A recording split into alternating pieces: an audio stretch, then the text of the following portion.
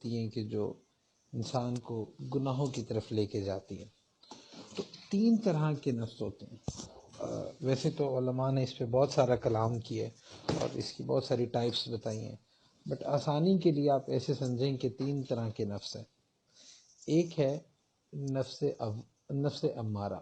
جو نفس امارہ ہوتا ہے یہ بیسیکلی وہ نفس ہے کہ جو کہ صرف اور صرف گناہ کرتا ہے اور اس کو کوئی گناہ پہ ندامت نہیں ہوتی. یعنی کہ یہ اللہ سبحانہ تعالیٰ کی نافرمانی کرتا ہے اور یہ اور جتنے گناہ ہیں اس میں انڈلج ہوتا ہے اور اس پہ کوئی شرمندگی نہیں ہوتی، بلکہ وہ ہر وقت گناہوں میں ہی رہتا ہے. تو ایسا نفس جو ہوتا ہے اس کو نفس امارہ کہتے ہیں. پھر اسی طرح دوسری قسم ہوتی ہے جس کو نفس لوامہ کہتے ہیں. نفس لوامہ وہ ہوتا ہے کہ جو گناہ کی طرف جاتا ہے، اس کی خواہشات ہوتی ہیں اور جب اس سے گناہ ہوتا ہے تو پھر اس کے بعد اس پر ایک ندامت بھی ہوتی ہے، شرمندگی بھی ہوتی ہے اور وہ پھر توبہ بھی کرتا ہے. تو یہ دوسری قسم ہے. نارملی ہم لوگوں کی یہی کنڈیشن ہوتی ہے. اور تیسرا جو ہوتا ہے وہ نفس مطمئنہ ہوتا ہے.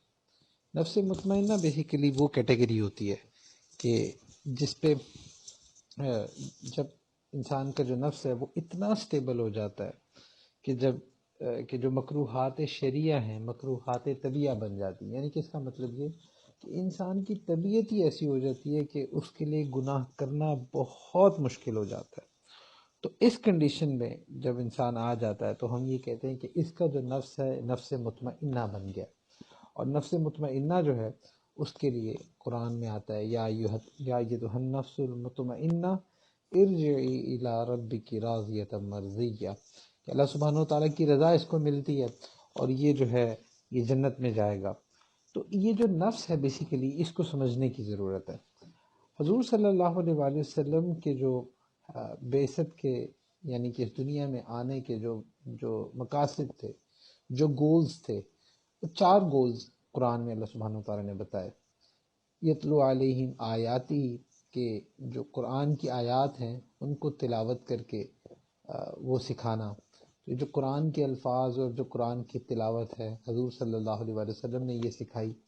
اور اس کے بعد وہ یزکی، لوگوں کا تزکیہ کرنا، لوگوں کو پیوریفائی کرنا، صاف کرنا. اب یہاں پہ صاف کرنے سے مراد جو ہے وہ ظاہری طور پہ صاف کرنا نہیں ہے. ظاہری طور پہ تو جو کفار ہوتے ہیں وہ بھی صاف ہو جاتے ہیں، وہ بھی جب نہا لیتے ہیں تو صاف ہو جاتے ہیں. تو یہاں پہ وَيُزَكِّيهِمْ سے مراد جو ہے وہ اندر کی صفائی ہے، انر پیوریفیکیشن ہے. تو یہ جو انر پیوریفیکیشن ہے یہ کرنے کے لیے بھی یہ بھی بیسیکلی حضور صلی اللہ علیہ وآلہ وسلم کے مقاصد میں سے تھا. اور یہ اتنا اہم ہے کہ یہ جو وہ یزکیہم جو ہے، جو تزکیہ ہے، یہ اصل میں انسان کا جو نفس ہے اس کی اصلاح کرنا ہے. تزکیہ بیسیکلی جو ہے وہ صفائی کو کہتے ہیں. اور ایک تزکیے والی صفائی میں اور ایک دوسری صفائی میں ایک بنیادی سا فرق سمجھ لیں.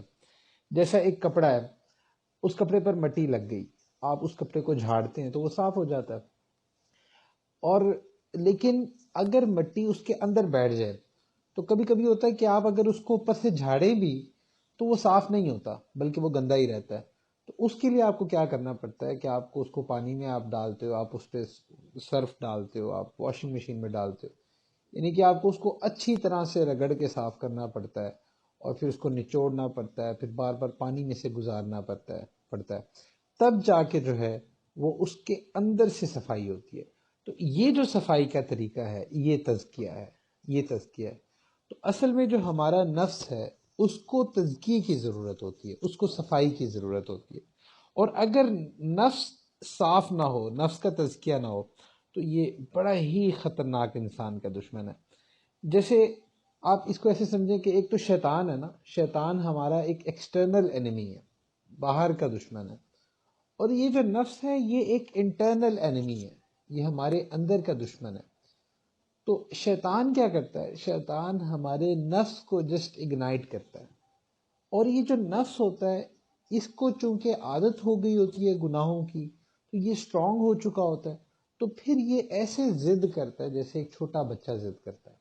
یعنی کہ جیسے ایک چھوٹا بچہ کسی چیز کے پیچھے پاگل ہوتا ہے تو ایسے ہی انسان کا نفس جو ہے وہ گناہوں کے پیچھے پاگل ہوتا ہے. تو اس لیے اس نفس کو ٹیم کرنے کی ضرورت ہوتی ہے، اس کی تربیت کرنے کی ضرورت ہے، کیونکہ جب تک اس نفس کی تربیت نہیں ہوتی انسان کبھی بھی تقوی حاصل نہیں کر سکتا، انسان کبھی بھی اللہ سبحانہ وتعالیٰ کا محبوب نہیں بن سکتا، کیونکہ یہ نفس اتنی خطرناک چیز ہے کہ انسان کو جو ہے وہ گناہوں کی ذلت میں دھکیل دیتا ہے. تو اس لیے نفس کو سمجھنے کی ضرورت ہے.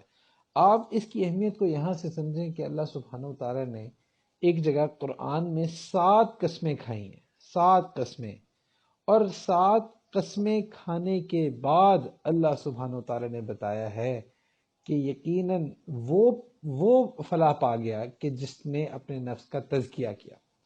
یہ قرآن کی سورۃ الشمس ہے، والشمس وضحاها والقمر اذا تلاها والنہار اذا جلاها واللیل اذا یغشاها والسماء وما بناها والارض وما طحاها ونفس وما سواها فألہمها فجورها وتقواها قد افلح من زکاها. اب یہ جو پیچھے ہیں، یہ سورج، چاند، ستارے اور زمین اور یہ دن رات، اللہ نے ان تمام چیزوں کی قسمیں کھانے کے بعد یہ بات بتائی ہے کہ کامیاب وہ ہو گیا کہ جس کا تزکیہ ہوا، جو اندر سے صاف ستھرا ہو گیا. آپ دیکھیں کہ اگر کوئی شخص ہو نا، کوئی بڑا شخص ہو، کوئی معزز شخص ہو، تو اس کا تو ایک دفعہ کہنا ہی کافی ہوتا ہے، اور اگر وہ اس پہ قسم کھا لے تو پھر تو یہ بہت یعنی کہ ایک امپورٹنٹ بات ہو جاتی ہے کہ بھئی فلاں شخص نے اس پر قسم کھا لی، اور پھر 7 قسمیں کھانا.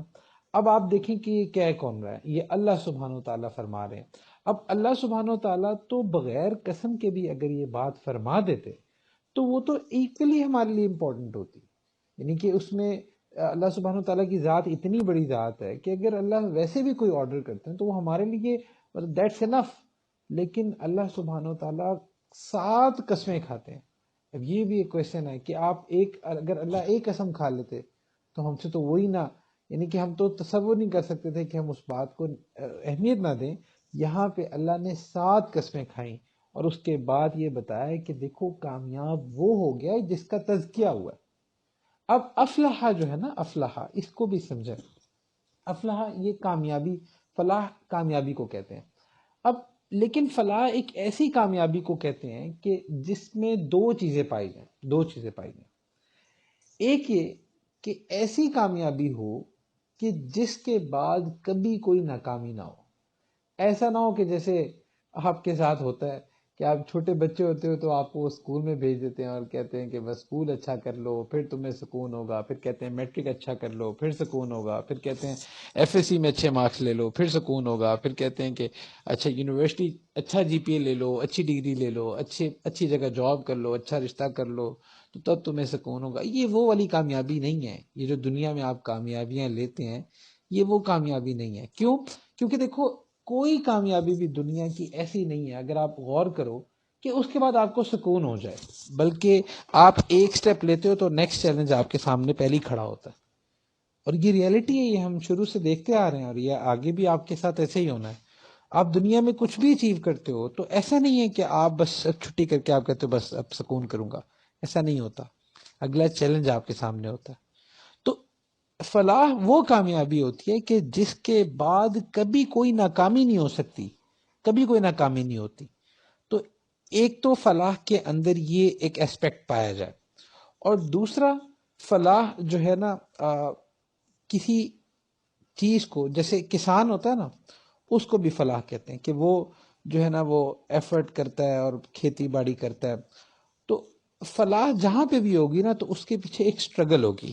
فلاح جو ہے وہ بائی چانس انسان کو نہیں مل جاتی، بلکہ اس کے پیچھے ایک کوئی نہ کوئی سٹرگل ہوتی ہے. اب جیسے یہاں پہ اللہ سبحانہ وتعالیٰ نے اگر فلاح کا ذکر کیا ہے تو اس کے آگے ایک سٹرگل کو بھی مینشن کیا ہے جو کہ اس کے ساتھ ایک کنڈیشن کے طور پہ آیا ہے کہ فلاح کس کے لیے؟ اس کے لیے کہ جس کا تزکیہ ہو گیا، جو اندر سے پاک ہو گیا، سیلف پیوریفیکیشن جس کی ہوگی. اب آپ اس سے اندازہ کرو کہ یہ جو سیلف پیوریفیکیشن ہے کہ جس کے لیے اللہ سبحانہ و تعالیٰ ایک تو اتنی قسمیں کھا رہے ہیں، پھر اس کے بعد اللہ سبحانہ و تعالیٰ اس کو اتنی امپورٹنس کے ساتھ بیان فرما رہے ہیں. اس کا مطلب یہ کوئی ایسی چیز نہیں ہے کہ جو آپ بٹن دباؤ گے اور ہو جائے گی، ایسا نہیں ہوگا، بلکہ اٹس اے کانسٹنٹ اسٹرگل کہ جو کہ انسان کرتا رہتا ہے کرتا رہتا ہے کرتا رہتا ہے. اب ہمارے نفس جو ہوتے ہیں نا یہ مختلف قسم کے ہوتے ہیں. مطلب اٹ ڈپینڈس کہ آپ کس طرح کے ماحول میں رہے ہو، آپ کس طرح کی عادات میں رہے ہو، آپ کی ہابیز کیسی رہی ہیں، آپ نے اپنے نفس کو ٹیم کیسے کیا ہے. تو یہ جو نفس ہے آپ اس کو ایک وائلڈ ہارس کی طرح سمجھو، جیسے ایک جنگلی گھوڑا ہوتا ہے نا، یہ اس کی طرح کا ہوتا ہے. تو اور اسی طرح کئی لوگوں نے اس کی مثال ضدی بچے کی طرح دی ہے کہ ضدی بچہ جیسے ضد کرتا ہے تو نفس بھی ایسے ضد کرتا ہے. اس لیے ہوتا ہے نا کہ کبھی کوئی کوئی نہ کوئی ہماری لائف میں ایسے ویک پوائنٹس ہوتے ہیں کہ جہاں سے ہم پھسل جاتے ہیں. کبھی کوئی شہوت کی وجہ سے کبھی کوئی گناہ کر بیٹھتا ہے، کبھی کوئی غصے کی وجہ سے کر بیٹھتا ہے، کبھی کوئی غیبت کی وجہ سے، کبھی حسد بغض.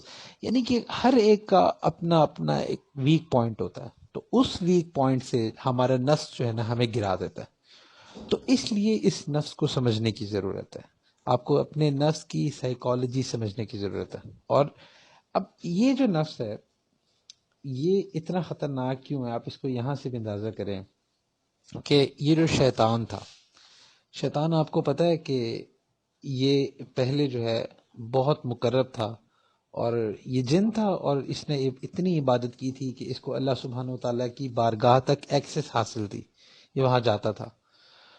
تو اتنی عبادت کے بعد، اتنا سب کچھ کرنے کے بعد، جب اللہ سبحانہ و تعالیٰ نے اس کو حکم دیا کہ تم آدم کو سجدہ کرو، تو اس نے اس سجدے سے انکار کر دیا. اب کوشچن پیدا ہوتا ہے کہ اس نے انکار کیوں کیا؟ یہ اللہ کو جانتا تھا، یہ اللہ کی عبادت کرتا تھا، اتنا عرصہ عبادت کرتا رہا. اس کا مطلب کہ لیکنگ کدھر تھی کہ جس کی وجہ سے اس نے وہ جو ڈائریکٹ آرڈر تھا، اس ڈائریکٹ آرڈر کو نہ صرف کہ اس کے وہ آرڈر پورا نہیں کیا بلکہ اس کے اگینسٹ اللہ سبحانہ و تعالیٰ کو لاجکس دینے لگ گیا. تو اب یہ جو لاجکس دینا تھا یہ سب تھا، تو یہ کیا ریزن تھی؟ تو اس پہ کچھ علماء نے لکھا ہے کہ دیکھو شیطان کو بھی شیطان کس نے بنایا؟ وہ اس کے اپنے نفس نے بنایا. تو اس کا مطلب یہ کہ اگر نفس پراپر طریقے سے ٹیم نہ ہو تو یہ کسی وقت بھی گرا سکتا ہے. تو اس لیے اس نفس کو سمجھنا ضروری ہے. اچھا پھر آپ دیکھو، آپ قرآن پاک پڑھتے ہو، آپ نے مختلف قوموں کے واقعات سنے ہیں، آپ نے فرعون کا سنا، آپ نے نمرود کا سنا. اب ان کو یہ لوگ اس لیول پہ کیسے پہنچے تھے؟ کیا ریزن تھی؟ تو آپ کو صرف ایک ہی چیز نظر آئے گی. آپ دیکھو کہ یہ بھی تو انسان ہی تھے ظاہری طور پہ، کوئی الگ سے تو ان کی کوئی فزیک نہیں تھی. اور اس کے علاوہ یہ انبیاء علیہ السلام سے ڈائریکٹلی ملاقات کر رہے ہیں، مل رہے ہیں، ان کے دور میں پائے جا رہے ہیں. لیکن کیا ریزن ہے کہ ان کی بات نہیں مان رہے؟ صرف ایک ریزن آپ کو نظر آئے گی، اور وہ یہ ہے کہ یہ نفس اتنا طاقتور ہو گیا تھا کہ اس نے ایک عام انسان کو جو ہے فرعون بنا دیا. اور یہ اس لیے اس نفس کو سمجھنا بہت ضروری ہے. اور پھر اسی طرح آپ دیکھو کہ حضور صلی اللہ علیہ وآلہ وسلم کفار مکہ کو جب دعوت دیتے تھے، اب ایسا نہیں ہے کہ وہ یہ جانتے نہیں تھے کہ حضور صلی اللہ علیہ وآلہ وسلم نبی نہیں ہے، ان کو پتا تھا، دے نیو. لیکن وہ کیوں نہیں چھوڑتے تھے؟ صرف اس لیے کہ ہماری سرداری چلی جائے گی، صرف اس وجہ سے نہیں چھوڑتے تھے. تو وہ ابو جہل بھی بیسیکلی ابو الحکم، اس کو آپ کو پتا ہے ابو جہل کو پہلے ابو الحکم کہتے تھے، یعنی کہ حکمت کا باپ. یہ بہت ذہین تھا، بہت عقل مند تھا، بڑا دانا تھا. تو یہ ابو الحکم تھا. کیا ریزن تھی کہ ابو الحکم ابو جہل بن جاتا ہے؟ تو ایک ہی چیز آپ کو ملے گی کہ نفس، اپنی انانیت، اپنا آپ، اس نفس نے مجبور کر دیا. اور پھر اسی طرح ابو لہب کا واقعہ، کہ آپ کو پتہ ہے ابو لہب جو ہے یہ حضور صلی اللہ علیہ وآلہ وسلم نے جب تک نبوت کا دعویٰ نہیں کیا تھا تو یہ فخر کرتا تھا کہ محمد عربی ہم میں سے ہے. یعنی کہ اتنا زیادہ یہ ریگارڈ کرتا تھا حضور صلی اللہ علیہ وآلہ وسلم کا. بٹ جیسی نبوت کا دعویٰ کیا ہے اور وہ جب ہدایت کی بات آئی ہے تو آپ دیکھو کہ اتنا سخت دشمن بن گیا کہ اس کے لیے پھر اللہ سبحانہ و تعالیٰ نے سورت لہب جو ہے، تبت یدا ابی لہب وتب، وہ سورت نازل کی. تو وہ بھی کیسے ابو لہب بنا؟ وہ اصل میں اس نفس کی وجہ سے بنا تھا. تو یہ جو نفس ہے یہ بیسیکلی ایک اتنا پاورفل اینمی ہے کہ جس کی وجہ سے انسان جو ہے وہ یہ انسانوں کو بڑے آرام سے چٹکیوں سے گرا دیتا ہے. اور اس کی ریزن یہ کہ اندر کا بھیدی ہے، اندر کا بھیدی انٹرنل اینمی ہے. اس کو سارے ہمارے لوپ ہولز پتہ ہیں. اس کو پتہ ہے کہ یہ میں نے اگر اس کو گرانا ہے نا تو میں نے کہاں سے اس کو گرانا ہے. شیطان جو ہے نا وہ تو صرف اس نفس کو اگنائٹ کرتا ہے، وہ ایک خیال آپ کے ذہن میں ڈالتا ہے، اور یہ جو نفس ہوتا ہے یہ اس کو کیچ کر لیتا ہے اور پھر اس کے بعد ضد کرتا ہے اس گناہ کی طرف. اور اگر آپ اس گناہ سے رکنے کی خود کو روکنے کی کوشش کرتے ہو تو آپ کو ایک اسٹرگل کرنی پڑتی ہے، آپ کو محنت کرنی پڑتی ہے، اتنی آرام سے جان نہیں چھوڑتا. تو اس لیے اس نفس کو سمجھنا ضروری ہے کہ یہ نفس جو ہے نا یہ بڑی خطرناک چیز ہے. اب یہ نفس اتنا خطرناک بنتا کیسے ہے، اس کو سمجھیں. دیکھیں یہ جو نفس ہے یہ اللہ سبحانہ و تعالیٰ نے اس کو ڈیزائن ایسے کیا ہے کہ آپ اس کو جس طرح ٹیم کرنا چاہو گے نا یہ ویسے ٹیم ہو جائے گا. آپ اس کو جس چیز کی عادت ڈالو گے نا یہ اسی عادت پر چلنا شروع ہو جائے گا. تو اس لیے یہ نفس جو ہے یہ خطرناک اس لیے بنتا ہے کہ ہم اس کو گناہوں کی عادت ڈال دیتے ہیں. ہمارا ماحول، ہمارا معاشرہ، ہمارا ارد گرد، یہ ساری چیزیں جو ہے نا اس کی وجہ سے یہ انسان کا دشمن بن جاتا ہے. اور پھر مسئلہ یہ ہے کہ چونکہ اس کو ہم نے خود ٹیم کیا ہوتا ہے تو اس لیے ہمیں اس نفس سے محبت ہوتی ہے، ہم اس کے آگے ویک پڑ جاتے ہیں. اس کی مثال ایسے ہے کہ اب کوئی شخص ہے اور اس کو جو ہے نا وہ غصہ بہت آتا ہے. اب وہ بچپن سے نا اس کو غصے کو اس نے کنٹرول کرنے کی عادت نہیں ڈالی، بس غصہ آتا ہے اور جو منہ میں آتا ہے بول دیتا ہے. اب کیا ہوتا ہے کہ وہ اس کو اتنی عادت ہو جاتی ہے کہ جب مجھے غصہ آنا ہے میں نے بول دینا ہے، تو اس کو کنٹرول کرنے کی عادت ہی نہیں رہتی. اور جب کبھی وہ کنٹرول کرنے کی کوشش کرے تو وہ اتنا ریبیل کرتا ہے نفس کہ وہ اس کو کنٹرول ہی نہیں کر پاتا. اور پھر یہی وجہ ہوتی ہے کہ جب ہم لوگ نیک صحبت میں جاتے ہیں، کوئی بیان سنتے ہیں یا کسی ایسی جگہ جاتے ہیں تو پھر ہمیں احساس ہوتا ہے کہ یار ہم کتنے گناہ گار ہیں، ہم نے فلاں فلاں فلاں موقع پہ گناہ کیے، ہم نے توبہ کرتے ہیں، توبہ ٹوٹ جاتی ہے. اب وہ کیوں ٹوٹ جاتی ہے، ہم کیوں ویک پڑ جاتے ہیں؟ اس کی ریزن یہ ہوتی ہے کہ یہ نفس. اب دیکھیں یہ نفس جو ہے نا اس کو ہم نے 20 سال 25 سال 30 سال 40 سال جتنی ہماری زندگی ہے ہم نے اس کو گناہوں کا عادی بنایا ہوتا ہے. تو جب ہم اس کو صحیح کرنے کی طرف جاتے ہیں کسی بھی بیان میں، کسی بھی جگہ یا کسی بھی دعا میں یا کسی بھی موقع پہ ہم کوشش کرتے ہیں کہ یار اب ہم بس توبہ کر کے اس کو اب ہم نے صحیح ہو جانا، اب ہم نے سدھر جانا ہے. تو وہ کیوں ہم سدھر نہیں پاتے؟ اس کی ریزن یہ ہوتی ہے کہ وہ جو نفس ہے آپ نے اس کو ٹیم ہی، اس کو آپ نے پروگرام اس سینس میں کیا ہوا ہے کہ وہ آٹومیٹیکلی گناہوں کی طرف ٹلٹ ہوتا ہے. تو اس لیے اس بات کو سمجھیں کہ یہ جو نفس ہے اس کو سمجھنے کے لیے اور اس کو ٹرین کرنے کے لیے ہمیں بڑے ٹیکٹک سے کام لینا ہوتا ہے. اب یہ جو نفس ہے اس کو کس طرح سے کنٹرول کیا جائے، کیسے ٹیم کیا جائے؟ دیکھیں یہ جو نفس ہے اس کی مثال جنگلی گھوڑے کی طرح دی جاتی ہے. اب جو جنگلی گھوڑا ہوتا ہے اس کو کیسے ٹیم کیا جاتا ہے؟ اس کا طریقہ یہ ہے کہ پہلے جب اس کو گھوڑے کو پکڑا جاتا ہے تو اس کو ایک باڑ کے اندر رکھ دیا جاتا ہے. اب وہ باڑ جو ہوتی ہے یعنی کہ ایک کیج آپ کہہ لیں، بہت بڑا کیج ہوتا ہے، ادھر رکھ دیا جاتا ہے. تو اب اس میں گھوڑا جو ہے نا بس بھاگتا رہتا ہے اور آہستہ آہستہ نا وہ کہیں باہر نکلنے کی کوشش کرتا ہے تو ڈیفینیٹلی وہ اس باڑ سے آگے جا نہیں سکتا. تو وہ بڑا کسی کو اپنے قریب نہیں آنے دیتا، بڑا وائلڈ قسم کا ہوتا ہے. تو سب سے پہلے اس پر جو ریسٹرکشن ڈالی جاتی ہے وہ یہ ہوتی ہے کہ اس گھوڑے کو اس باڑ کے اندر رکھا جاتا ہے. اچھا پھر اس کے بعد وہ گھوڑا بہرحال آہستہ آہستہ اس باڑ میں رہنے کا عادی ہو جاتا ہے. پھر اس کے بعد جب اس کو سواری کے لیے تیار کرنا ہوتا ہے تو وہ تو کسی کو قریب بھی نہیں آنے دیتا. تو اس پہ نا ایک ہلکا سا نا کپڑا رکھا جاتا ہے اور وہ شروع میں نا اس کپڑے کو اٹھا کے پھینک دیتا ہے. اچھا پھر اس پہ کپڑا رکھا جاتا ہے, وہ پھر پھینک دیتا ہے, پھر کپڑا رکھا جاتا ہے, پھر پھینک دیتا ہے. آہستہ آہستہ اس کو اتنا زیادہ اس کو یہ پریکٹس کروائی جاتی ہے کہ پھر وہ اس کپڑے کا نا عادی ہو جاتا ہے. ایک وقت آتا ہے کہ جب اس پر وہ کپڑا ڈالا جاتا ہے تو پھر وہ اس کپڑے کو نہیں پھینکتا. اب آہستہ آہستہ اس کی عادت ہو جاتی ہے.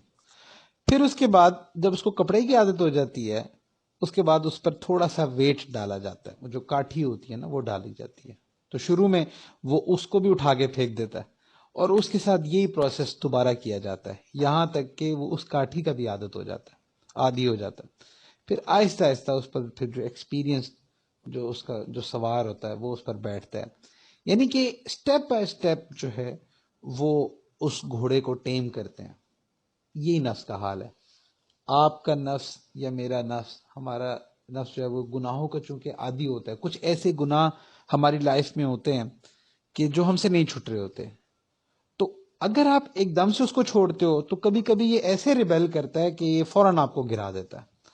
اس کا طریقہ یہ ہوتا ہے کہ آپ اس کو آہستہ آہستہ سٹیپ بائی سٹیپ آپ اس کو جو ہے وہ ٹیم کرتے ہو, سٹیپ بائی سٹیپ کرتے ہو. اب اس کے سٹیپس کیا ہوتے ہیں وہ ڈیفینیٹلی وہ آپ کو کسی کی گائیڈنس کے ساتھ وہ انشاءاللہ آگے میں بتاؤں گا کہ وہ آپ کو سیکھنا پڑتا ہے کہ کیسے ہم نے اس کو ٹیم کرنا ہے اور کس چیز میں کس طرح اس کو ٹیم کرنا ہے. اب جیسے ایک عالم تھے ابن وہیب رحمۃ اللہ علیہ, ان کا ایک واقعہ آتا ہے کہ وہ کہتے تھے کہ مجھے نا غیبت کی بہت عادت تھی کہ میں غیبت کر بیٹھتا تھا. وہ کہتے کہ میں نے نا اپنے نفس کے ساتھ یہ ڈیسائیڈ کیا کہ جب بھی میرے سے غیبت ہوگی تو میں روزہ رکھوں گا. وہ کہتے ہیں کہ میں نے اس پر بہت پریکٹس کی کہ جب میرے سے غیبت ہو جاتی تھی تو میں روزہ رکھتا تھا. وہ کہتے ہیں کہ جب اس پر کافی دن گزر گئے تب بھی میں نے دیکھا کہ میرے سے غیبت چھٹ نہیں رہی. وہ کہتے ہیں پھر میں نے کیا کیا کہ میں نے اپنے ساتھ نا یہ ایک وعدہ کر لیا کہ اگر مجھ سے غیبت ہوگی تو میں روزہ بھی رکھوں گا اور اس کے ساتھ ساتھ میں صدقہ بھی دوں گا کچھ. وہ کہتے ہیں میں نے ایک اماؤنٹ فکس کر لی. اب وہ کہتے ہیں کہ جب میں نے وہ اماؤنٹ فکس کر لی اور غیبت کے ساتھ میں روزہ رکھتا اور وہ صدقہ دیتا, وہ کہتے ہیں کہ جب وہ مجھے پیسے دینے پڑتے نا تو پھر میرے نفس پہ بڑی چوٹ لگتی کہ یار یہ میں کیوں کر رہا ہوں, کیوں میں نے پیسے دیے. آہستہ آہستہ وہ کہتے ہیں کہ میری غیبت چھوٹ گئی. تو یہ جو نفس ہے نا اس کو آپ کو ٹیم کرنا پڑتا ہے. آپ کو اپنے نفس کی سائیکی سمجھنی پڑتی ہے کہ میں کس طرح سے اس کو ٹیم کروں. تو بہت سارے مشائخ, بہت سارے جو علماء ہیں, آپ ان کی لائف پڑھو تو آپ کو ان کی لائف میں چیز ضرور ملتی ہے. ایون کہ حضرت بایزید بستامی رحمۃ اللہ علیہ کا ایک واقعہ آتا ہے بڑا مشہور کہ کسی نے ان سے پوچھا کہ حضرت آپ کو یہ جو ولایت کا رستہ جو آپ نے پایا ہے تو جو سب سے ہارڈسٹ جو برڈن ہے وہ آپ نے کیا اپنے اوپر ڈالا تھا, یعنی کہ کوئی ایسا کام جو بہت ٹف ہو, جو ہارڈسٹ ہو, وہ کیا تھا. تو انہوں نے فرمایا کہ آپ لوگ وہ سننے کی استطاعت نہیں رکھتے, تو آئی کی ناٹ ٹیل یو. تو انہوں نے کہا اچھا حضرت آپ اس طرح کریں, جو سب سے لوئسٹ لیول ہے نا وہ بتا دیں, وہ کیا تھا. تو انہوں نے کہا کہ نہیں آپ وہ بھی نہیں, اس کی بھی استطاعت نہیں رکھتے. خیر لوگوں نے جب انسسٹ کیا تو انہوں نے بتایا کہ جب میرا نفس ایک دفعہ نافرمانی کرتا ہے تو میں 1 سال تک اس کو پنش کرتا ہوں. اللہ اکبر. خیر ہم واقعی یہ چیز نہیں سمجھ سکتے کہ 1 سال تک پنش کرتا ہوں, یعنی کہ اگر ایک دفعہ میرے نفس نے کوئی گناہ کیا تو میں اس کے بدلے 1 سال تک اس کو کسی نہ کسی طرح پنش کرتا ہوں. پنش کرنے سے مراد یہ کہ اس کو عبادت میں لگا دیتا ہوں اور ایکسٹرا برڈن عبادت کا اس پہ ڈالتا ہوں. جیسا کہ حضرت عمر رضی اللہ عنہ کے بارے میں آتا ہے کہ وہ جو ہے اگر نماز قضا تو نہیں, اگر جماعت نکل جاتی تو پوری رات جو ہے نا وہ اپنے آپ کو عبادت میں مشغول رکھتے, یعنی کہ اپنے نفس پر اتنا جو ہے وہ سٹریس ڈالتے کہ یہ عبادت میرے سے رہی کیوں. حضرت طلحہ رضی اللہ عنہ ایک صحابی آتے ہیں, ان کے بارے میں آتا ہے کہ ان کا ایک باغ تھا. ایک دفعہ اس باغ میں وہ نماز پڑھ رہے تھے, نماز ادا کر رہے تھے, تو ایک پرندہ آیا اس باغ میں، اور اس کے بعد وہ پرندہ اس باغ سے باہر جانے کی کوشش کرنے لگا۔ اب چونکہ وہ باغ جو تھا وہ بہت گھنا تھا، تو وہ پرندہ جو ہے وہ جا نہیں پا رہا تھا۔ وہ جیسے جیسے وہ اسٹرگل کرتا، وہ جو ہے نا وہ منہ سے آوازیں نکالتا، اور وہ اس باغ سے نکلنے کی کوشش کرتے ہوئے اور زیادہ بولنے لگ گیا۔ تو ان کی عبادت میں نا یہ ڈسٹریکشن ہوئی، تو ان کو خیال آیا کہ یہ ڈسٹریکشن کیوں ہو رہی ہے۔ تو جب نماز کے بعد انہوں نے اپنا پورا باغ جو تھا وہ صدقہ کر دیا۔ تو اصل میں یہ انہوں نے اپنے نفس کو سزا دی کہ اس باغ کی وجہ سے میری عبادت میں چونکہ ڈسٹریکشن ہوئی ہے، تو انہوں نے وہ پورا کا پورا باغ جو تھا وہ اللہ سبحانہ و تعالیٰ کے نام پر صدقہ کر دیا۔ تو یہ صحابہ اور یہ جو بڑے حضرات تھے، یہ اپنے نفس کو ایسے ٹیم کرتے تھے، ایسے اس کی ٹریننگ کرتے تھے۔ تو اس ٹریننگ میں جو ہے وہ اپنے نفس کو جو ہے وہ ٹیم کر دیتے تھے۔ اب ہمیں اگر اپنے نفس کو چیک کرنا ہے کہ ہمارا نفس کتنا بیمار ہے یا اس کو کتنے تزکیے کی ضرورت ہے، تو کچھ سمٹمز ہیں۔ اگر آپ اس سمٹمز کو دیکھیں تو آپ کو آئیڈیا ہو جائے گا کہ ہمارا دل جو ہے وہ کس قدر جو ہے وہ گناہوں میں مبتلا ہے، اور گناہوں کی وجہ سے ہمارا دل سیاہ ہوا ہے، اور نفس کی گندگی کی وجہ سے کتنا زیادہ ہم انڈلج ہیں۔ تو اس کے کچھ سمٹمز ہیں۔ حافظ ابن قیم رحمۃ اللہ علیہ نے کچھ سمٹمز بتائے ہیں۔ تو پہلا سمٹم تو یہ ہے کہ انسان فانی چیزوں کو باقی چیزوں پر ترجیح دینے لگے تو سمجھ لے کہ میرا دل بیمار ہے۔ یعنی کہ اس کا مطلب یہ ہے کہ جب انسان یہ سوچنے لگ جائے کہ بس میں دنیا کے مزے لے لوں اور اس کے بدلے میں وہ آخرت کا نقصان کرنے لگے، تو اس کا مطلب یہ ہے کہ اس کو سمجھ جانا چاہیے کہ اس کا دل بیمار ہے اور اس کے نفس کو تزکیے کی ضرورت ہے۔ تو پہلا سمٹم تو یہ ہے۔ تو جب بھی کبھی آپ کی لائف میں ایسا موقع ہے کہ ایک طرف دنیا ہے اور ایک طرف دین ہے، اور آپ اس وقت دنیا کو چوز کر لیتے ہو، تو سمجھ لو کہ آپ کو تزکیے کی ضرورت ہے۔ نفس آپ کا جو ہے وہ حیوان بنتا جا رہا ہے۔ اب آپ آئسولیشن میں آپ موبائل فون یوز کر رہے ہو، اور آپ کو پتہ ہے کہ موبائل فون کا یہ والا یوز جو میں کر رہا ہوں یہ حرام ہے، اور آپ سٹل اس کو یوز کر رہے ہو، تو اس کا مطلب یہ ہے کہ آپ اس دنیا کی تھوڑی دیر کی جو لذت ہے اس کے لیے آپ اپنی آخرت داؤ پہ لگا رہے ہو۔ تو یہ ایک پہلا سمٹم ہے کہ جس سے جو ہے وہ ہمیں سمجھ آ جاتا ہے۔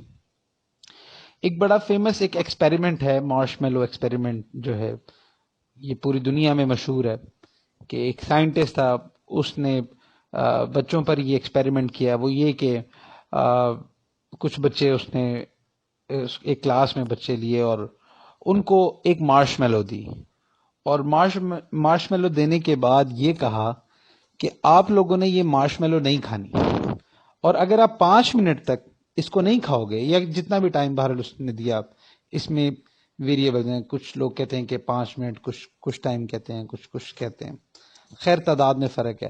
بہرحال اس نے ایک ٹائم دیا کہ آپ نے جو بچہ اس ٹائم تک یہ مارش میلو نہیں کھائے گا تو اس کو ایک اور مارش میلو دی جائے گی۔ تو اس نے دیکھا کہ کچھ بچوں نے وہ مارش میلو کھا لی اور کچھ نے نہیں کھائی۔ تو اس ریسرچر نے ان تمام بچوں کا ڈیٹا کلیکٹ کر لیا۔ 25-30 سال بعد جب اس نے ان بچوں کی پروگریس کو انالائز کرنے کے لیے دوبارہ سے دیکھا، دوبارہ سے ایویلویٹ کیا، تو دیکھا کہ جن بچوں نے مارش میلو نہیں کھائی تھی وہ زیادہ سکسیسفل تھے ان بچوں سے جنہوں نے مارش میلو کھا لی تھی۔ اس کا مطلب یہ ہے کہ جنہوں نے اپنے فوراً فائدے کو دیکھا اور اپنے بگر فائدے کو، اپنے یعنی کہ بگر کاز کو سیکریفائز کر دیا، تو وہ زیادہ سکسیسفل نہیں ہوئے، بلکہ جنہوں نے تھوڑا سا صبر کیا اور اپنے اوپر جو ہے نا ایک کنٹرول رکھا، وہ لوگ زیادہ سکسیسفل رہے۔ تو اس لیے دنیا میں بھی یا دین میں بھی کوئی بھی انسان تب تک سکسیسفل نہیں ہو سکتا کہ جب تک وہ اس چیز کی عادت نہ ڈالے کہ وہ اپنی خواہشات کو، اپنے آپ کو ایک ایک کنٹرول میں لے کے آئے. یہ کنٹرول بہت ضروری ہے، یہ نفس کے اوپر یہ قابو رکھنا بہت ضروری ہے. تو اس لیے پہلی علامت تو یہ ہے. دوسری علامت حافظ ابن قیم رحمۃ اللہ علیہ لکھتے ہیں، وہ یہ ہے کہ جب انسان رونا بند کر دے تو وہ سمجھ لے کہ دل سخت ہو چکا ہے. اس کا مطلب یہ ہے کہ جب کبھی ہم گناہ کرتے ہیں اور گناہ کرتے کرتے کرتے، آپ کو پتہ ہے کہ حدیث شریف میں بھی آتا ہے کہ جب کوئی شخص گناہ کرتا ہے تو اس کے دل پر ایک بلیک ڈاٹ لگ جاتا ہے. اگر وہ توبہ کر لے تو وہ بلیک ڈاٹ صاف ہو جاتا ہے، اور اگر وہ توبہ نہ کرے تو ایک اور بلیک ڈاٹ لگ جاتا ہے، اور ایسے کرتے کرتے کرتے پورا دل سیاہ ہو جاتا ہے. تو اگر پورا دل سیاہ ہو جائے تو اس کا مطلب دل پہ سختی آ جاتی ہے. سختی آنے کا مطلب یہ ہے کہ اللہ سبحانہ و تعالیٰ کے سامنے رونا نصیب نہیں ہوتا، وہ دل سخت ہو جاتا ہے، اور اس کے اندر ایک جو خشیت کی کیفیت ہے اللہ سبحانہ و تعالیٰ کے ساتھ، ایک کنیکشن کی کیفیت ہے، وہ نہیں بن پاتی اس کی.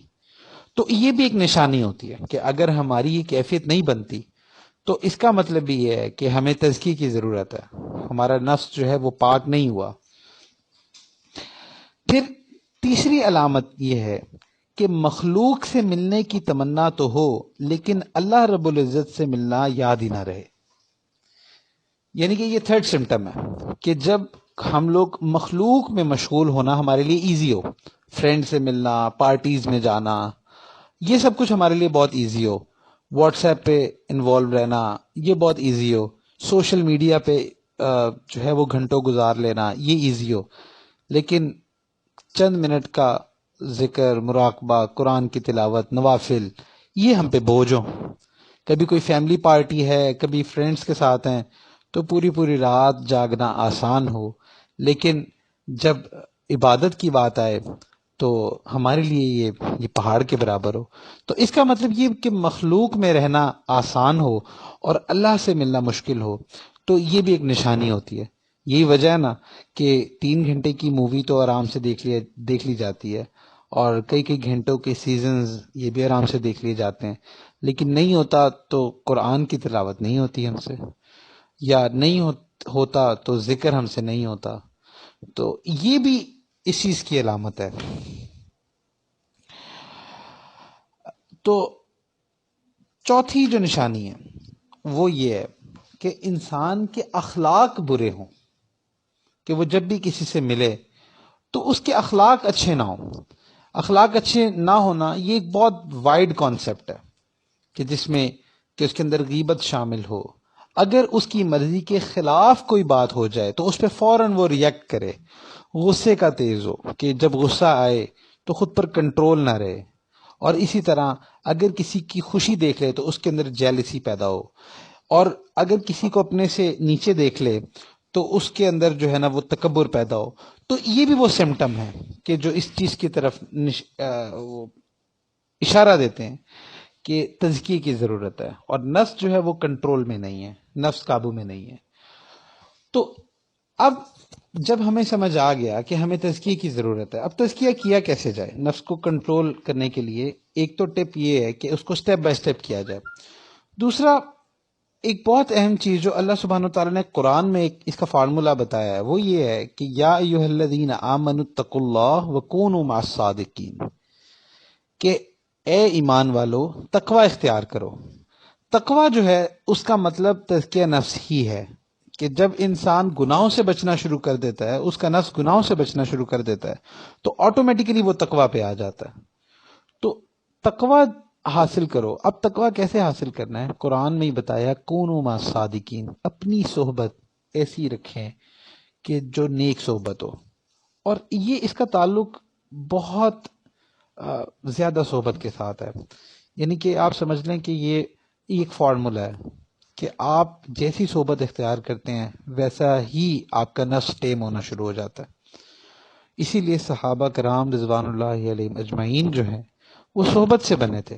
حضور صلی اللہ علیہ وآلہ وسلم کی صحبت پائی تھی انہوں نے.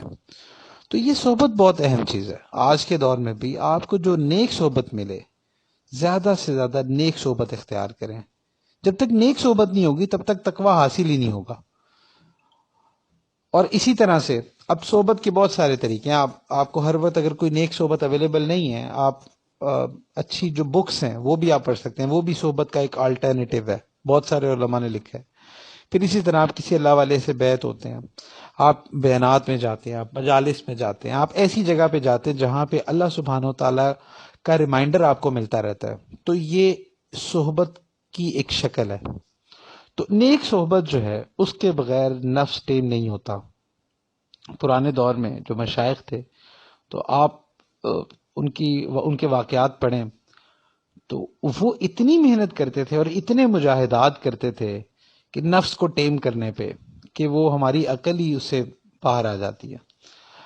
حضرت مولانا اشرف علی تھانوی صاحب رحمۃ اللہ علیہ کا ایک واقعہ ہے کہ ان کے پاس ایک عالم تھے بہت بڑے، ان کا نام تھا قاری طیب صاحب رحمۃ اللہ علیہ. قاری طیب صاحب رحمۃ اللہ علیہ دارالعلوم دیوبند کے محتمم تھے، پرنسپل تھے. تو جب یہ آئے ہیں تو حضرت مولانا اشرف علی تھانوی صاحب رحمۃ اللہ علیہ نے ان کو یہ کہا کہ یہ جو لوگ آتے ہیں نا، آپ نا ان کے جوتے سیدھے کریں. اب وہ اتنے بڑے عالم تھے اور اتنے بڑے محتمم بھی تھے، تو ان کو ان کے شیخ حضرت مولانا اشرف علی تھانوی صاحب رحمۃ اللہ علیہ یہ فرما رہے ہیں کہ آپ نا لوگوں کے جوتے سیدھے کریں. اچھا، اب اس دور میں آپ کو پتہ ہے کہ پکی سڑکیں تو ہوتی نہیں تھیں، لوگ ایسے کچے رستوں سے آتے تھے، تو اکثر ایسے ہوتے تھے کہ جن کے جوتے بہت گندے ہوتے تھے. تو حضرت قاری طیب صاحب رحمۃ اللہ علیہ جو ہے نا، وہ خود فرماتے ہیں کہ جب مجھے شیخ نے کہا تو اس کے بعد میں جوتے سیدھے کرنے لگ گیا، یعنی کہ جو لوگ آتے میں ان کے جوتے سیدھے کر کے رکھتا. اب وہ یہ کہتے کہ جو جوتے تو بہت گندے ہوتے تھے نا، تو ان کو وہ بالکل ہاتھ نہیں لگاتے تھے، جبکہ جو تھوڑے سے صاف ستھرے ہوتے تھے ان کو وہ کر دیتے تھے. تو شیخ نے یہ دیکھ لیا کہ یہ جو ہے نا، یہ ایسے جوتوں کو ہاتھ نہیں لگا رہے. تو اس کے بعد شیخ نے ان کو کہا کہ اچھا اب آپ ایسا کریں کہ آپ نا جو یہ گندے جوتے ہیں نا، آپ نے ان کو صحیح کرنا ہے. اللہ اکبر. تو حضرت قاری طیب صاحب رحمۃ اللہ علیہ لکھتے ہیں کہ جیسے ہی میں نے ان گندے جوتوں کو سیدھا کرنا شروع کیا، اسی وقت میرے اندر سے تکبر جو تھا وہ نکل گیا. اللہ اکبر. تو ایسے یہ جو لوگ تھے یہ اپنے اوپر اس طرح محنت کرتے تھے کہ ہمارے اندر سے یہ تکبر، یہ حسد، یہ بغض، یہ عداوت، یہ رنجشیں، یہ غصہ، یہ ساری چیزیں ایسے نکل جائیں. تو اس طرح ان لوگوں نے محنت کی، اور پھر آپ دیکھیں کہ کیسا کمال تزکیہ ہوا، کیسے اندر سے صاف ہوئے. ایک دفعہ مدینہ منورہ میں حضرت عمر رضی اللہ عنہ کے دور کی بات ہے کہ بہت سارا مال غنیمت آیا، اور جب مال غنیمت آیا تو وہ ڈسٹریبیوٹ ہو گیا، ڈسٹریبیوٹ کرتے رہے. جب حضرت عمر رضی اللہ عنہ ڈسٹریبیوٹ فرما رہے تھے، اس وقت حضرت عمر رضی اللہ عنہ نے لوگوں کو کہا کہ لوگوں میری بات سنو. تو حضرت عمر رضی اللہ عنہ ممبر پر تشریف لے گئے کہ لوگوں میری بات سنو. تو لوگ سب متوجہ ہو گئے.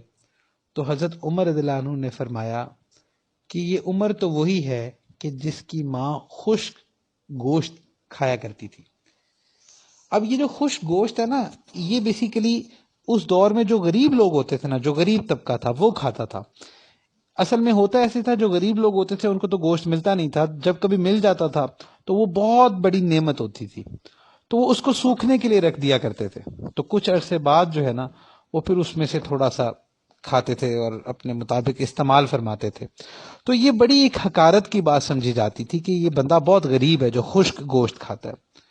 تو حضرت عمر رضی اللہ عنہ جو کہ اس وقت امیر المؤمنین تھے، تو انہوں نے لوگوں کو جمع کر کے کہا کہ لوگوں، عمر جو ہے نا اس کی یہ تو وہی ہے کہ اس کی ماں خشک گوشت کھایا کرتی تھی. تو کسی نے بعد میں پوچھا تو حضرت عمر رضی اللہ عنہ نے فرمایا کہ جب میں یہ مال تقسیم کر رہا تھا، مال غنیمت، تو میرے دل میں ہلکا سا خیال آیا کہ میرے دور میں کتنی فتوحات ہو رہی ہیں، کتنا مال غنیمت آ رہا ہے. تو یہ ہلکی سی عجب کی کیفیت آئی. تو فرماتے ہیں کہ میں نے اس کے علاج کے لیے جو ہے وہ فوراً لوگوں کے سامنے یہ بات بیان کی کہ جو میں اپنے نفس کو ایک پنشمنٹ دے سکوں تاکہ یہ قابو میں رہے.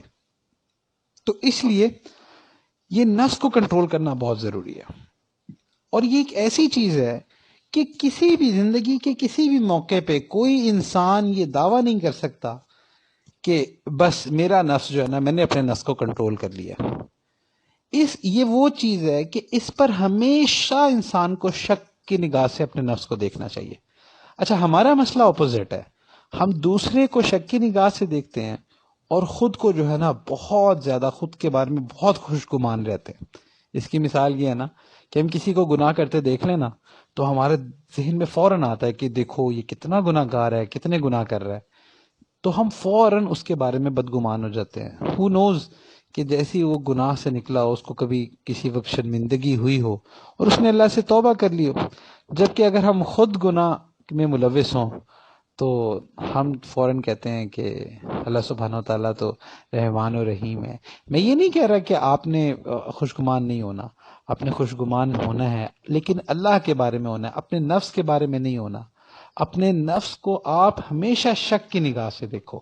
شک کی نگاہ سے دیکھنے کا مطلب یہ ہے کہ آپ یہ دیکھو کہ یہ وہ چور ہے کہ اس کو جہاں موقع ملے گا یہ چوری کرے گا. تو آپ خود کو، اپنے نفس کو کبھی ایسی سچویشن میں ہی نہ ڈالو کہ جہاں پہ گناہ کا موقع ہو، پہلے ہی رک جاؤ. تو جب آپ اپنے نفس کو ایسے شک کی نگاہ سے دیکھو گے نا تو پھر آپ اس کی مکاریوں سے بچ سکو گے. تو کچھ اسکالرز لکھتے ہیں کہ جیسے دو بزنس پارٹنرز ہوتے ہیں نا، اور ایک بزنس پارٹنر جو ہے نا وہ تھوڑا سا ہیرا پھیری کرنے والا ہو، تو جو دوسرا ہے نا اس کو یہ پتا ہو کہ یہ شخص جو ہے نا ہیرا پھیری کرتا ہے، تو وہ کیا کرتا ہے، وہ اس سے پائی پائی کا حساب لیتا ہے، یعنی کہ تھوڑے تھوڑے مال کا بھی حساب لیتا ہے. کیوں؟ کیونکہ وہ اس کو شک کی نگاہ سے دیکھتا ہے. تو اور جب وہ اس سے یہ پائی پائی کا حساب لیتا ہے تو وہ اصل میں اس کی مکاریوں سے بچ رہا ہوتا ہے. وہ فرماتے ہیں کہ اپنے نفس سے بھی ایسے ہی پائی پائی کا حساب لیا کرو، یعنی کہ اپنے نفس پہ ایک واچ رکھا کرو.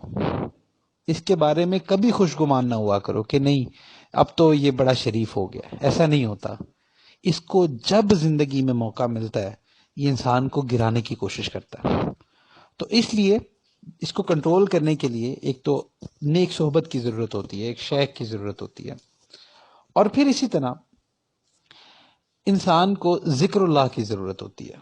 کہ یہ جو ذکر ہے، جب انسان ذکر کو ریگولرلی کرتا ہے تو ذکر سے بھی انسان کے نفس کی اصلاح ہوتی ہے. وہ اس طرح ہوتی ہے کہ ذکر سے دل صاف ہوتا ہے. جب دل صاف ہوتا ہے تو دل کے اندر اللہ سبحانہ و تعالیٰ کی محبت آتی ہے. جب اللہ کی محبت آتی ہے تو پھر جب یہ جو نفس ہے یہ شیطانی کرنے لگتا ہے تو فوراً دل جو ہے نا وہ ایک الرٹ جاری کر دیتا ہے. یعنی کہ فوراً دل الرٹ ہو جاتا ہے کہ نہیں یہ کام نہیں کرنا، اسے اللہ ناراض ہوں گے. انسان اس کام سے رک جاتا ہے. تو جب انسان کثرت سے ذکر کرتا ہے تو اس سے بھی تزکیہ ہوتا ہے. اس کی مثال اسکالرز نے ایسے دی ہے کہ کوئی بھی اگر کوئی سڑک ہے اس کو پاک کرنا ہے تو اس کے دو طریقے ہیں. کوئی اور اس سڑک پر اگر کوئی نجاست ہے تو اس کو پاک کرنے کے دو طریقے ہیں. یا ایک طریقہ تو یہ ہے کہ اتنی دھوپ پڑے کہ اس سے اس نجاست کا اثر ہی زائل ہو جائے. اور دوسرا طریقہ یہ ہے کہ اتنی بارش ہو کہ وہ ساری کی ساری نجاست دھل جائے. تو اسی طرح اس نفس کو پاک کرنے کے لیے یا تو اتنی نیک صحبت ہو اور شیخ کی، کسی اللہ والے کی ایسی گائیڈنس ہو اور ایسی صحبت ہو کہ دل سے گناہوں کی طمع اور یہ جو لالچ ہے یہی ختم ہو جائے، نفس کا تزکیہ ہو جائے. اور دوسرا طریقہ یہ ہے کہ اتنا کثرت سے ذکر ہو کہ وہ بارش کی طرح ہو اور اس سے یہ ساری بیماریاں دھل جائیں. تو اس لیے جب انسان تزکیے کی نیت کے ساتھ ذکر کرتا ہے تو اس سے بھی تزکیہ ہو جاتا ہے. تو ایک اور چیز تزکیے کے لیے بڑی اہم ہے اور وہ ہے محاسبہ. انسان اپنا محاسبہ کرتا رہے. ایک دفعہ حضرت عمر بن عبدالعزیز رحمۃ اللہ علیہ نے حضرت حسن بصری رحمۃ اللہ علیہ سے فرمایا کہ آپ مجھے نصیحت کریں. تو انہوں نے بہت لمبی نصیحت ہے لیکن اس کا ایک سنٹینس یہ ہے کہ حاسبو قبل ان تحاسبو، کہ اپنا محاسبہ کرتے رہو یہاں تک کہ اس سے پہلے کہ تمہارا محاسبہ کیا جائے. یعنی کہ تم اپنے آپ کو ایویلویٹ کرتے رہو کہ میرا پچھلا دن کیسا تھا، میں نے کتنے گناہ کیے، جو گناہ کیے اس کو چھوڑا یا نہیں چھوڑا، اپنے آپ کو ایویلویٹ کرتے رہو اس سے پہلے کہ قیامت والے دن تمہیں ایویلویٹ کیا جائے۔ تو اس لیے جو شخص دنیا میں اپنا محاسبہ کرتا رہتا ہے تو اس کے لیے آخرت کا محاسبہ آسان ہو جاتا ہے، اللہ سبحانہ و تعالیٰ اس سے آسان محاسبہ کریں گے۔ تو اپنی سیلف ایویلویشن یہ بھی بہت ضروری ہے، ان تمام چیزوں کے ساتھ ساتھ انسان دیکھتا رہے کہ اچھا یہ میرے کون کون سے گناہ ہیں، اس کو لسٹ ڈاؤن کرے، اور پھر اچھا میرے نفس کی یہ بری عادات ہیں۔ جیسے آپ کسی ایک پیشنٹ کو ڈیل کرتے ہیں نا، آپ اس کی پوری ایک سائیکی سمجھتے ہیں، آپ اس کے ویک پوائنٹ سمجھتے ہیں، یہ سب کچھ سمجھ کے آپ اس کو ٹریٹ کرتے ہیں۔ اسی طرح انسان اپنے نفس کا بھی محاسبہ کرتا رہے۔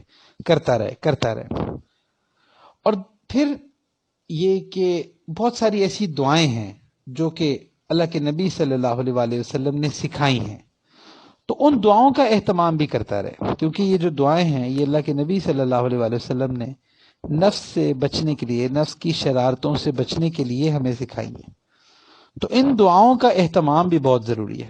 اس میں بہت ساری دعائیں ہیں، لیکن آپ ایک تو یہ کہ دعا تو چونکہ ایک مانگنے کی کیفیت ہے، آپ اللہ سبحانہ تعالیٰ سے مانگ سکتے ہیں، یا اللہ مجھے میرے نفس کی شرارتوں سے محفوظ فرما، تو یہ بھی بہرحال ایک دعا ہے۔